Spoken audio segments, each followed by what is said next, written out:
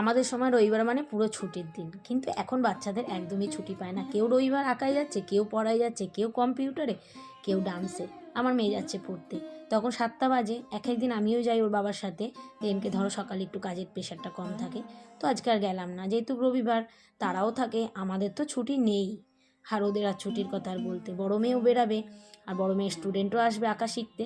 চলো বিছনাপাটিগুলো তুলে নিই, প্রদীপকে বের করে দিলাম মেয়েকে দিয়ে।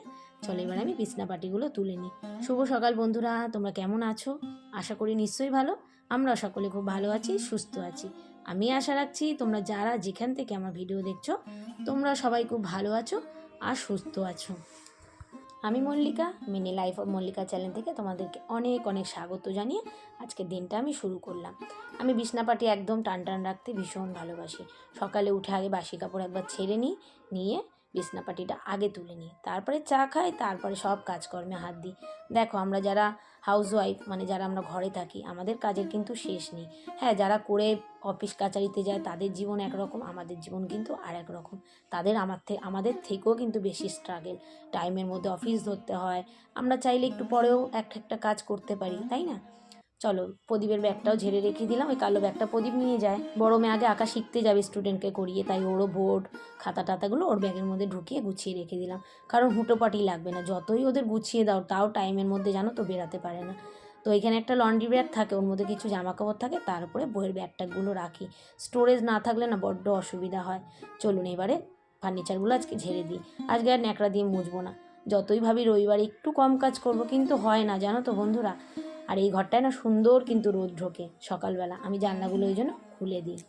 চলো সোফাটাও ক্লিন করে নিই। সোফাটা যে সারাদিন কতবার আমাকে ক্লিন করতে হয় সেটা দিশা খুঁজে পাওয়া যায় না। আমার একদম এলোমেলো ঘরবাড়ি একদম পছন্দ হয় না।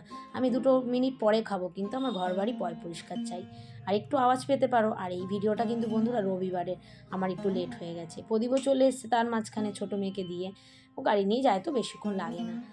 তো চলে এবারে ও কিন্তু খুঁজছে কী বলো তো, চায়ের কেটলি, মানে চা বসাবে।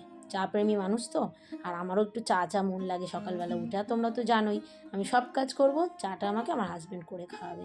এটা একটা শান্তি জানো তো, আলাদাই। আর দেখো চা করাটা এমন কিছু খাটনির কাজ না।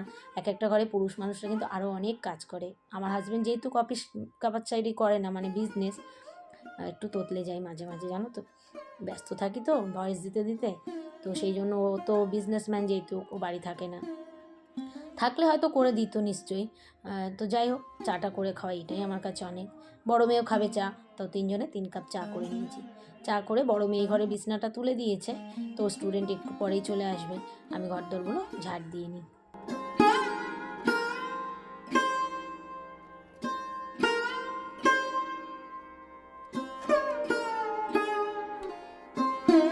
আর শুধু কিন্তু আমার সানডে বলে এরকম না, আমাদের প্রত্যেকটা হাউসওয়াইফদের কিন্তু এরকমই অবস্থা। সানডে বাচ্চা কাচ্চার জন্য আমরা না এখন একটু বেশিই ব্যস্ত হয়ে গেছি, তাই না? সবারই বাচ্চা কাচ্চা কিছু না কিছু শিখছে পড়াশুনোর সাথে সাথে। আমার মেয়েরাও তো শিখছে। তবে আমার ছোটো মেয়ে না এখন আঁকা ডান্স এগুলো কিছুই শেখে না। আর বড় মেয়ে তো এখনও মোটামুটি সেইগুলো নিয়ে চর্চা করে। ওই করোনার পরে সবই মোটামুটি বন্ধ হয়ে গেছে। আর দেখো আমি প্রত্যেক দিনই কিন্তু অভ্যাস সব কিছু সরিয়ে মোটামুটি ঝাড় দেওয়া। আর যদি মানে পারতাম এই আলমারি শোকেস রোজ সরিয়ে ঝাড়তে, তাহলে মনে আরও ভালো হতো আমার। কিন্তু এটা তো সম্ভব না কোনো দিনই। তো বছরে একবার করে সব সরিয়ে কিন্তু প্রদীপের হেল্প নিয়ে ঝাড়াঝুড়ি করি। আগে একাই সরিয়ে নিতাম, এখন আর পারি না জানো তো, হাতে ব্যথা পায়ে ব্যথা সমস্তটা বেড়েছে। তবে এবারে কাজটা আমার সহজ হয়ে গেছিলো, মানে আগের বারে পুজোর সময় একটা ভ্যাকুয়াম ক্লিনার কিনেছিলাম। চলো ঘর বাড়ি গুছানো মোটামুটি আমার কমপ্লিট। আর এই যে মানি প্ল্যান্টটা ছিল এতদিনে ডাইনিংয়ে, তো মাঝে মাঝে আমার ঘুরিয়ে ফিরিয়ে জিনিস রাখতে না খুব ভালো লাগে, একটু ঘরে রাখলাম, তাহলে নতুনত্ব লাগে এই আর কি। সবসময় তো নতুন জিনিস কেনা সম্ভব না। আর এবারের বেডরুমের পর্দাগুলোকেও চেঞ্জ করব। পুজোর সময় লাগাই, সারা শীতকাল ভোর থাকে, গরমকালে এগুলোকে আবার চেঞ্জ করে, এগুলো যেহেতু মোটা, গরমকালে একটু পাতলা পর্দা লাগিয়ে দিই। দেখো তো কেমন লাগছে, চোখের শান্তি দেখে।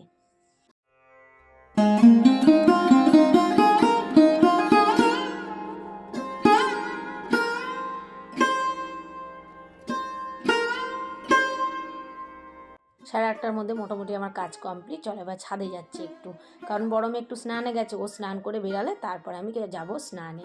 একেবারে হয়ে গেছে যখন, ভাবলাম চলো স্নান করেই নিই। চলে এসেছি ছাদে। আজকে এসে দেখছি কেউ আগে আসেনি, আমি ফার্স্ট এসে তালাটা খুললাম। রাতে আমরা তালা মেরে রাখি।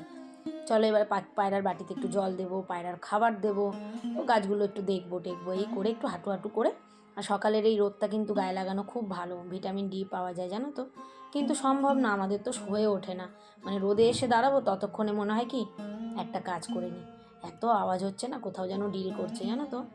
তো যাই হোক, তোমরা একটু ম্যানেজ করে নিও, কারণ চারিদিকে কনস্ট্রাকশনের কাজ হচ্ছে, ফ্ল্যাট, চারিদিকে শুধু ফ্ল্যাট। জল দিতে দিতেই দেখো খেতে বসেছে জল, মানে ওদের বাটিটা পুরো খালি। অনেকেই ওঠে ছাদে, একটু দেখে দিয়ে দিতে পারে, আমাকেই দিতে হয়।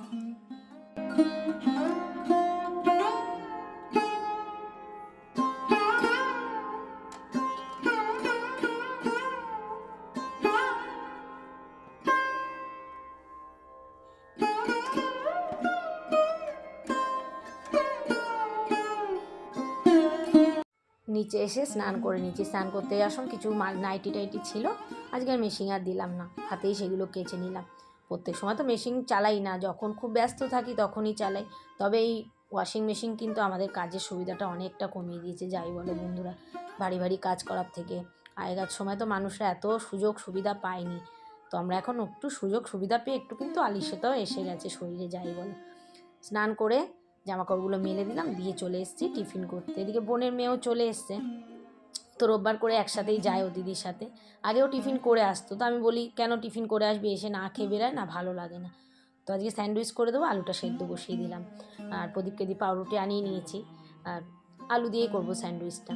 চলো আলুটা সেদ্ধ হতে থাকুক, তোমাদের কিছু ড্রয়িং দেখাই আমার বোনের মেয়ের হাতে। দেখো এই নোটবুকগুলোর মধ্যে ও ড্রয়িং করে, কি সুন্দর না। প্রত্যেকটার কিন্তু ড্রয়িংয়ের কোনো না কোনো মানে আছে। আর এগুলো পেন্সিল স্কেচ, আমার পেন্সিল স্কেচ খুব ভালো লাগে, আমিও কিন্তু ড্রয়িং শিখতাম জানো তো আগে। আমারও আঁকার হাত মোটামুটি ভালো, কিন্তু তাই ভাবি এই মেয়েদের এই কষ্ট করে শেখাই, সবাই সবার সন্তানদের শেখায়, কেউ হয়তো কাজে লাগায়, আমাদের হয়তো কাজে লাগবেই না আর কোনো দিনই। কিছু করার নেই, যার পরিস্থিতি যেরকম দাঁড়াবে সেরকমভাবেই নিজের জীবনটাকে নিয়ে কিন্তু চলতে হয়।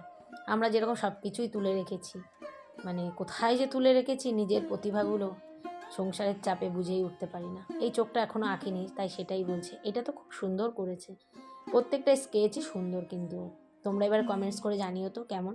আজকে বোনের মেয়েরটা দেখালাম, কালকে আমার মেয়ের খাতাটা দেখাবো, অন্য কোনো দিন, কালকে বলছি, অন্য কোনো একদিন আমার মেয়ের খাতাটা দেখাবো। ও আমাকে প্রত্যেকটা খাতাই কিন্তু দেখালো, বললো মানি তোমার বন্ধুদের সবগুলোই দেখাও।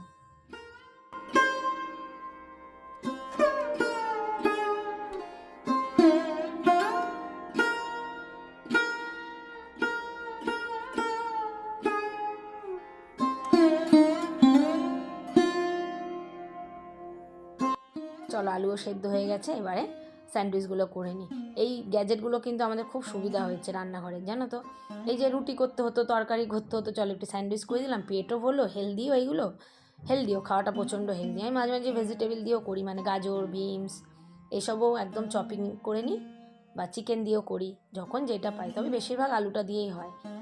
আলুর মধ্যে একটু দিয়েছি শেজওয়ান সস, আর একটু পেঁয়াজ দিয়েছি, একটুখানি কাঁচা লঙ্কা, একটু গোলমরিচ গুঁড়ো, আর একটু ধনে পাতা দিয়ে আলুটাকে মেখে নিয়েছি। বেশ ভালো লাগে জানো তো, আর পেটটাও ভরে, অনেকক্ষণ থাকে পেটে।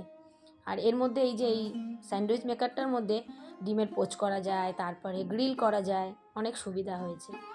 এটা আমি একবার বাসনের কাট করেছিলাম তো, তখন কিনেছিলাম, ওই তখন আজ থেকে 3-4 বছর আগের কথা, তুলে রেখেছিলাম জানো, ইদানিং পুরো বার করে নিয়েছি, কারণ রাখার অসুবিধা বলে না, তুলে রেখেছিলাম। তো এই যে টি টেবিলটা করেছি ওর তলায় এখন রেখে দিই। তো আমাদের এখানে দোকানগুলোতে, সোনার দোকান বলো, বাসনের দোকান বলো, মান্থলি কার্ডের ব্যবস্থা আছে, 200 থেকে স্টার্ট, 200, 500, 1000, যার যেরকম সামর্থ্য করে। বছরের শেষে গিয়ে ওই কার্ডটাকে রিমুভ করে আমরা ধরো 200 দিলাম, ওরা আমাদের আরও এক্সট্রা বোনাস হিসাবে 200 টাকা দেয়। এরকম ব্যবস্থা হয়তো অনেক জায়গায় হয়েছে, আমাদের এখানে বলে না। তো তখন নিয়েছিলাম, এবারেও করেছি, অনেকগুলো টাকা জমেছে, দেখি এবার একটু ইচ্ছা আছে বড় একটা কড়াই নেব। প্রদীপ বাজার নিয়ে চলে এসছে, যে মোচা নিয়ে এসছে, দেখছো মোচাটা তো আজকে আর করবো না, মোচাটা রেখে দেবো। আর করব, লাউটা করব, কচি তো একদম, অর্ধেকটা করব, বেশি অর্ধেকটা, আর চিংড়ি মাছ দিয়ে করব, আর একটুখানি রেখে দেবো ডাল খাওয়ার জন্য। আজকে চিকেন মাছ দুটোই নিয়ে এসছে, চিংড়ি মাছ মানে গলদা চিংড়ি নিয়ে এসছে। ছোটো মেয়ে বায়না, মা একটু মালাইকারি করো। এই লাউ ঘন্ট বসে আবার বাজারে গেছিলাম জানো, নিচে, তো ফোন নিয়ে যাইনি, নাহলে ভিডিও করতাম। তো নিচে গেছিলাম, আমাদের তো বাড়ির সামনেই বাজার টাজার সবই বসে, খুব ভালো একটা জায়গায় থাকি, আগেও বলেছি। তো গিয়ে দেখি নারকেল তো পেলামই না, আর এখন তো নারকেলের ভীষণ দামও বেড়েছে, তো মাসিরা বলছে জানো তো রাখছি না, একটা ছোট্ট ছোট্ট নারকেল 50 টাকা করে কেউ নিতেও চাইছে না, আমাদের লস হচ্ছে এনে। তো যাই হোক, বাজার থেকে চলেও এসেছি, মানে লাউ ঘন্টটা বসিয়ে গেছিলাম। এসে দেখছি মোটামুটি মজে গেছে। তো একটু ধনেপাতা দিয়ে দিলাম, যেটা আমার বাড়ির গাছের, একদম অর্গানিক, ছাদ থেকে নিয়ে এসেছিলাম। প্রদীপ আনতে ভুলে গেছে, তো মেয়েকে বললাম মা আজকে রেখে দে, আজকে আর চিংড়ি মাছটা করবো না, আজকে একটু মাংস করে দিই। মাংস নিয়ে এসছে, তো যাই হোক ওকে একটু বোঝালাম। আর চিংড়ি মাছের মালাইকারি কিন্তু আমরা সবাই খুব ভালোবাসি, তবে প্রদীপ আজকে যেই চিংড়িটা নিয়ে এসছে ওইটার থেকে আরেকটু ছোটো সাইজটা আমার বেশি ভালো লাগে, বেশি বড় বড় মাথা না একদম ভালো লাগে না। লাউ ঘন্টটা বেশ ভালো হয়েছিল আজকে। আজকে হঠাৎ করে বাবাও এসে গেছিলো, চলো লাউ ঘন্ট হয়ে গেছে, নামিয়ে দিয়েছি। আর সব রান্না করে তো আমি মোটামুটি টেবিলেই নিয়ে চলে আসি, রান্নার টেবিলে ফাঁকা রাখি। চিকেনটাকেও ধুয়ে নিয়েছি, মাছটাকে তারপর কন্টেনারে তুলে রেখে দিলাম, কোনো একদিন করব। তবে নারকেল তো খুঁজে পাচ্ছি না, জানি না এটা নারকেল দিয়ে আদৌ করতে পারবো কি না। মাংসটা বসিয়ে দিয়েছি, মানে আলু ভাজাটাকে করে নিই, এদিকে ভাতটাও বসিয়ে দিয়েছি। বাবা এসেছিলো হঠাৎ করেই আজকে, তো বাবা আসার কথা না, মানে মায়ের শরীরটা খারাপ, তো বাবা মায়ের ডাক্তারের কাছে যেতে চাইছে না, ওইটাই আমাকে নালিশ করতে এসেছিলো। তা দুপুর সময় এসছে, বলো গৃহস্থর ঘরে মাকেও দেখেছি দুপুরে কেউ আসলে না খাইয়ে কোনো সময় পাঠায় না। তো আমি বাবা তো খাবেই না, না ঘরের ভাতগুলো কী হবে, আমি বললাম ঠিক আছে রেখে দাও। মাকেও ফোন করে বলে দিলাম বাবু আমার এখান থেকেই খেয়ে যাচ্ছে। আমরা না বাবু বলি জানো তো বাবাকে, বাবা ডাকটা আসে না, ছোটো থেকেই বাবু বাবু বলে অভ্যাস, তো বাবু বলেই ডাকি। তোমরা কারা কী বলে ডাকো নিজের বাবাকে একটু বলো তো। আর আমার শ্বশুরমশাইকেও বাবু বলেই ডাকি। চলো এদিকে ধনেপাতার চাটনিও করেছি, মাংস করেছি, আর লাউ চিংড়ি করেছি। আমরা ইদানিং খুব ধনেপাতার চাটনি খাচ্ছি। সেদিন আমার শ্বশুরমশাই যখন এসেছিলো করে দিয়েছিলাম, একটু রসুন আর কাঁচা লঙ্কা দিয়েছি, আর লেবু নুন মিষ্টি যেরকম দিতে হয়। খেয়ে বলছে এত সুন্দর হয়েছে না, উনি অনেকটা চাটনি খেয়েছিল। যদিও আমার লেবু খাওয়া বারণ, ওষুধ চলছে। মোটামুটি রান্না কমপ্লিট। প্রদীপ আজকে অনেকটা লেট করে এসছে, ওই জন্য আমরা খেতে বসে গেছি। মেয়েরাও চলে এসছে সবাই কম্পিউটার থেকে আঁকা শিখিয়ে। তো আমরা চলো খেয়ে দিয়ে নিয়ে একসাথে খেয়ে দিয়ে একটু বেরোবো, মাকে আবার দেখতে যাবো জানো তো। খেয়ে দিয়ে উঠতে উঠতে সন্ধে গড়িয়ে গেছে। সন্ধেবেলা অনেকগুলো কাজ থাকে, সেগুলো করে সন্ধেবাতি দিয়ে গোপাসনাকে শুয়ে রেখে মাকে একটু দেখতে গেলাম। শরীরটা খারাপ, দেখি ডাক্তারের কাছে যায় নাকি। তা বললাম গিয়ে শুনলাম মা এইবেলা একটু ভালো আছে। মেয়েরা আর যায়নি, আর রবিবার তো জানো প্রদীপ বাড়ি থাকে, একটু না বেরালে ভালোও লাগে না। সাজুগুজু করে নিয়েছি, সাজুগুজু বলতে আমার সিম্পল, একটু কোল্ড ক্রিম মাখ, একটু লিপস্টিক, সিঁদুর, ব্যাস চলে যাচ্ছি মায়ের বাড়িতে। আমার মায়ের বাড়ি তো 5 মিনিট লাগে, তো বেশিক্ষণ তো না মায়ের বাড়ি যেতে লাগে। এই যে মাকে দেখতে চলে এসেছি, মা চোখ মুখগুলো একটু ফোলা লাগছে জানো তো। আর এই মায়ের বাড়িতে এসে একটু গল্প টল্প করি, আর ভিডিওটা এখানেই শেষ করি। ভালো লাগলে লাইক কমেন্ট শেয়ার করে পাশে থেকো। কেমন লাগলো ভিডিওটা জানাতে ভুলো না। টাটা।